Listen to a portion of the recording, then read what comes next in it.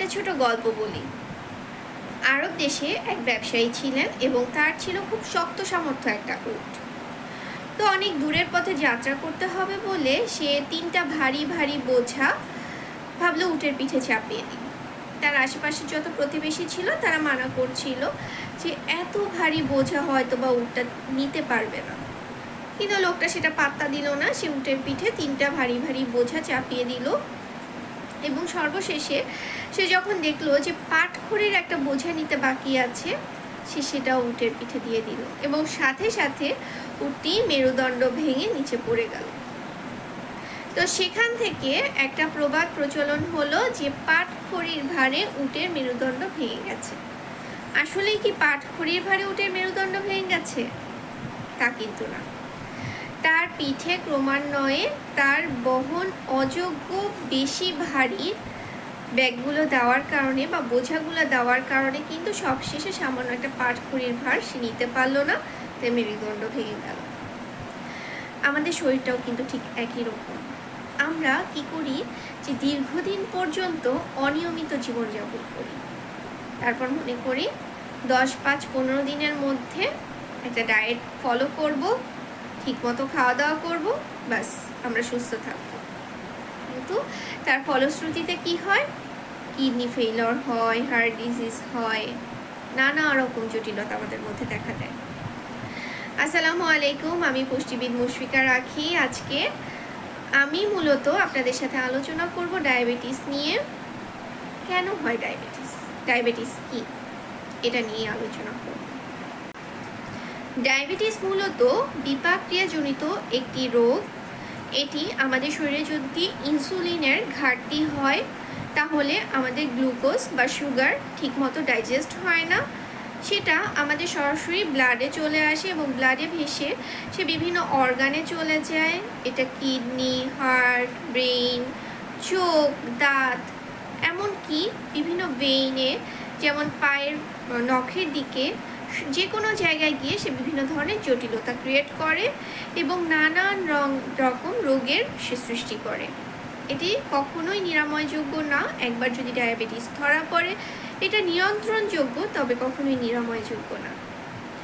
আর diabetes মূলত type 1 এবং type 2 আমরা জেনে থাকি। টাইপ 1টা হচ্ছে ছোট বাচ্চাদের ক্ষেত্রে যাদের হয়, ইনসুলিন কোনোভাবেই উৎপন্ন হয় না তাদের, এবং টাইপ 2 হচ্ছে তিনি শুদ্ধ হলে সাধারণত হয়ে থাকে বা জেনেটিক্যাল কারণে হয়ে থাকে, আপনার পারিপার্শ্বিক অবস্থা, আপনার জীবনযাপন।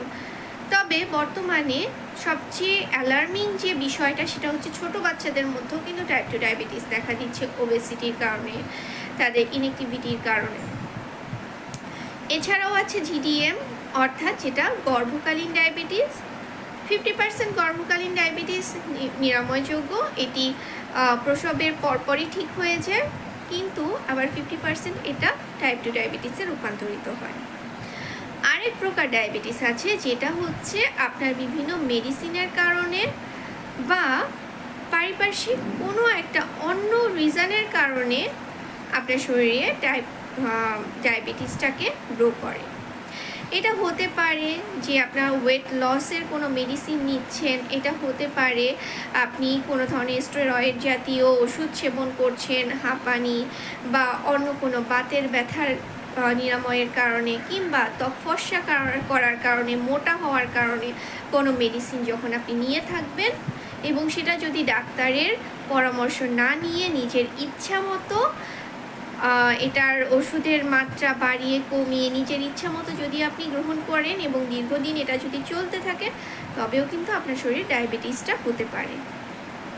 এখন আসি কাদের ডায়াবেটিস হওয়ার ঝুঁকি বা সম্ভাবনা রয়েছে। যারা অনিয়ন্ত্রিত জীবনযাপন করে, যা বিভিন্ন ধরনের ওষুধ সেবনের কারণে ডায়াবেটিস হয়ে থাকে, এটা তো আগেই বলেছি যে চিকন হওয়া, মোটা হওয়া, ফর্সা হওয়া, ওয়েট লস করা, বিভিন্ন ধরনের ওষুধ অনিয়ন্ত্রিতভাবে গ্রহণের মাধ্যমে ডায়াবেটিস হওয়ার সম্ভাবনা থাকে। এছাড়াও যদি স্টেরয়েড জাতীয় ওষুধ চিকিৎসকের পরামর্শ ছাড়া নিজের ইচ্ছে মতো মাত্রা বাড়িয়ে কমিয়ে গ্রহণ করা হয় দীর্ঘদিন ধরে, তাহলেও কিন্তু ডায়াবেটিস হওয়ার সম্ভাবনা বেশি থাকে। যারা ইনঅ্যাক্টিভিটি লেভেলটা বেশি থাকে যাদের, অর্থাৎ যে পরিমাণ ক্যালোরি সে ইনটেক করছে সে পরিমাণ ক্যালোরি সে বার্ন করছে না, হাঁটা চলার অভ্যাস কম, তাদেরও কিন্তু ডায়াবেটিস হওয়ার সম্ভাবনা বেড়ে যায়। ওভারওয়েট ওবেসিটি ডায়াবেটিস হওয়ার অন্যতম প্রধান কারণ। সেটা কিভাবে আমরা কাউন্ট করে থাকি? বিএমআই এর মাধ্যমে। বিএমআই হচ্ছে আপনার ওজন এবং উচ্চতার যে পরিমাপটা করা হয়, অনুপাতটা বের করা হয়। এটা যদি 23-র চেয়ে উপরে থাকে তাহলে আপনার ডায়াবেটিস হওয়ার সম্ভাবনাটা বেশি থাকে। অনেক সময় জিডিএম যাদের থাকে, অর্থাৎ গর্ভকালীন ডায়াবেটিস, তাদের কিন্তু পরবর্তীতে টাইপ 2 ডায়াবেটিস হওয়ার সম্ভাবনা বেশি থাকে। যারা ঠিকমতো 6 থেকে 7 ঘন্টা টানা ঘুমায় না, ঘুম কম থাকে, তাদের কিন্তু ডায়াবেটিস হওয়ার সম্ভাবনাটা বেশি থাকে। এছাড়াও যারা খুব স্ট্রেসফুল লাইফ লিড করে, খুব ডিপ্রেশনে থাকে, খুব ফ্রাস্ট্রেশনে থাকে, খুব চিন্তার মধ্যে থাকে, তাদের কিন্তু ডায়াবেটিস হওয়ার সম্ভাবনাটা বেশি থাকে। এবং যদি আপনার ফ্যামিলিতে হিস্ট্রি থাকে, আপনার বাবা মা এদের ডায়াবেটিস ছিল, তাহলে আপনার মধ্যে ডায়াবেটিস হওয়ার সম্ভাবনাটা বেশি। এই যে আমি কারণগুলো বললাম, যে রিস্ক ফ্যাক্টরগুলো বললাম, এর মধ্যে কিন্তু শুধুমাত্র একটি আমাদের নিয়ন্ত্রণে নেই, সেটি হচ্ছে আপনার ফ্যামিলি হিস্ট্রি। এছাড়া বাদ বাকি সব কয়টি কিন্তু আমাদের নিয়ন্ত্রণের মধ্যে, অর্থাৎ আমরা চাইলেই কিন্তু ডায়াবেটিস প্রতিরোধ করতে পারি। তাহলে এই যে রিস্ক ফ্যাক্টরগুলো বললাম, এই রিস্ক ফ্যাক্টরগুলোর মধ্যে একটি হচ্ছে আমাদের নিয়ন্ত্রণের বাইরে, সেটা হচ্ছে ফ্যামিলি হিস্ট্রি। বাদ বাকি কিন্তু আমাদের নিয়ন্ত্রণের মধ্যে। তাই চলুন আমরা ডায়াবেটিসটা যেন প্রতিরোধ করতে পারি সেদিকে লক্ষ্য রাখি। এখন বলতেই পারেন যে কেন আমাদের প্রতিরোধ করতে হবে? কারণ এই ডায়াবেটিস কিন্তু ভীষণ ব্যয়বহুল একটি অসুখ। কারণ আপনি যতদিন বেঁচে থাকবেন ডায়াবেটিস হওয়ার পরে, আপনার কিন্তু ততদিন ডায়াবেটিসের ওষুধ সেবন করতে হতে পারে, ইনসুলিন নিতে হতে পারে, আপনাকে একটি কন্ট্রোল লাইফস্টাইলের মধ্যে চলতে হতে হবে। এছাড়াও ডায়াবেটিসের কারণে কিন্তু বিভিন্ন ধরনের জটিলতা দেখা যায়। হার্ট অ্যাটাকের সম্ভাবনা বেড়ে যায় 5 থেকে 6 গুণ, সিকেডি বা কিডনি ফেলিওরের সম্ভাবনা বেড়ে যায় 6 থেকে 7 গুণের মতো, ব্রেনে স্ট্রোক করার সম্ভাবনা কিন্তু বেড়ে যায় ডায়াবেটিসের কারণে। এছাড়াও কিন্তু পায়ে বিভিন্ন ভেইনে ব্লকেজ তৈরি হয়ে পা কাটা পড়ে যেতে পারে, বিভিন্ন অর্গান কাটা পড়তে পারে, চোখ নষ্ট হয়ে যেতে পারে, আপনার দাঁত ক্ষয় হয়ে দাঁত পড়ে যেতে পারে।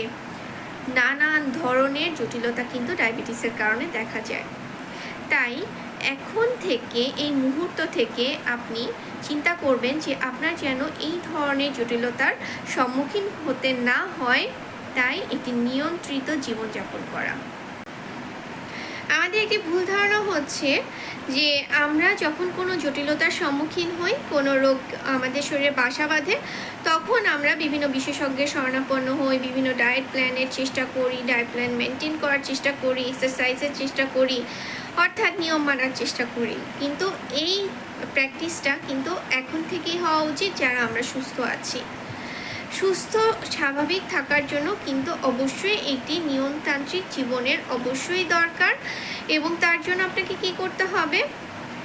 এমন খাবার গ্রহণ করতে হবে যা প্রাকৃতিক উৎস থেকে পাওয়া যায়, যা অতিরিক্ত তেল মশলা প্রিজারভেটিভ দেওয়া না, অর্থাৎ শাকসবজির পরিমাণ আপনাকে বেশি খেতে হবে। আপনাকে ঠিকমতো ঘুমাতে হবে, 7 থেকে 8 ঘন্টা টানা ঘুমের দরকার। স্ট্রেস যেন রিলিফ করতে পারেন, তার জন্য মেডিটেশন, এক্সারসাইজ, বিভিন্ন দিকে আপনাকে জোর দিতে হবে। হাঁটার অভ্যাস করতে হবে, অ্যাক্টিভিটি লেভেল আপনাকে বাড়াতে হবে। আপনি একটানা যারা বসে কাজ করে থাকেন, অবশ্যই চেষ্টা করবেন সকালে উঠে কমপক্ষে হলেও 30 মিনিট এক্সারসাইজ করার। এছাড়াও ডিভাইসের উপর নির্ভরশীল না হয়ে ঘুমানোর মিনিমাম 1 থেকে 1.5 ঘন্টা আগে এই ডিভাইসটাকে আমাদের কাছ থেকে দূরে সরিয়ে রাখতে হবে। সুস্থ সুন্দর থাকতে হলে অবশ্যই পরিমিত এবং পর্যাপ্ত পরিমাণে খাদ্য গ্রহণের দরকার। এবং আপনার কোনো ধরনের কোনো জটিলতা দেখা দিলে কোনো ওষুধ সেবনের পূর্বে অবশ্যই একজন বিশেষজ্ঞ চিকিৎসকের শরণাপন্ন হওয়া উচিত। মোটা হওয়া, চিকুন হওয়া কিংবা ফর্সা হওয়া, ত্বক উজ্জ্বল করা, এই ধরনের যে কার্যকলাপের জন্য বিভিন্ন ধরনের মেডিকেশন নিজের ইচ্ছা মতো গ্রহণ না করা।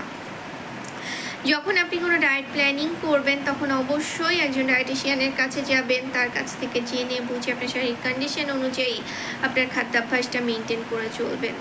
না হলে নিজের ইচ্ছে মতো যদি আপনার শরীরের উপর এক্সপেরিমেন্ট চালাতে থাকেন তাহলে কিন্তু বিভিন্ন ধরনের রোগ যখন আপনার শরীরে বাসা বাঁধবে, আলটিমেটলি তখন আপনার সেই শখের কাজগুলো, আপনার ভালো লাগার কাজগুলো কিন্তু বাদ পড়ে যাবে।